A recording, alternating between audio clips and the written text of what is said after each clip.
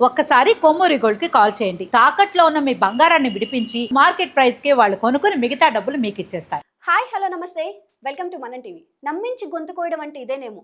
అవసరం ఉందని చెప్పి అప్పుగా తీసుకున్న 18.5 లక్షలు తిరిగి ఇవ్వకుండా నకిలీ నోట్లను అంటగట్టిన విషయం హైదరాబాద్ నగరంలో పేట్ బషీరాబాద్లోకి వెలుగులోకి వచ్చింది.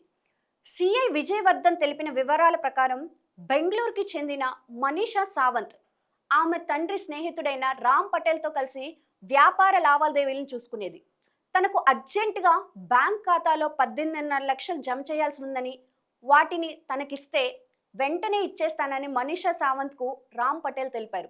దీంతో ఆమె తెలిసిన వ్యక్తి కదా అని ఈ నెల 17వ తేదీన అతడి ఖాతాకు 18.5 లక్షలను ట్రాన్స్ఫర్ చేసింది. కొన్ని రోజుల తర్వాత డబ్బులు తిరిగి తనకి ట్రాన్స్ఫర్ చేయాలని అతన్ని అడిగితే ఆదాయ పన్ను శాఖ అధికారులతో ఇబ్బందులున్నాయని, నగదు మొత్తంను తిరిగి ఇచ్చేస్తానని తెలిపాడు. ఈ క్రమంలోనే ఆమెకు నగదు ఉన్న బ్యాగ్ను అందించాడు. ఆమె దాన్ని ఓపెన్ చేసి చూడగా అందులో చిన్నపిల్లలు ఆడుకునే నకిలీ నోట్లున్నాయి. దీంతో ఆమె ఒక్కసారిగా షాక్ అయింది. ఇదేంటని అతన్ని ప్రశ్నించే లోపు రామ్ పటేల్ కారుతో ఆమెను ఢీకొట్టి పరారయ్యాడు.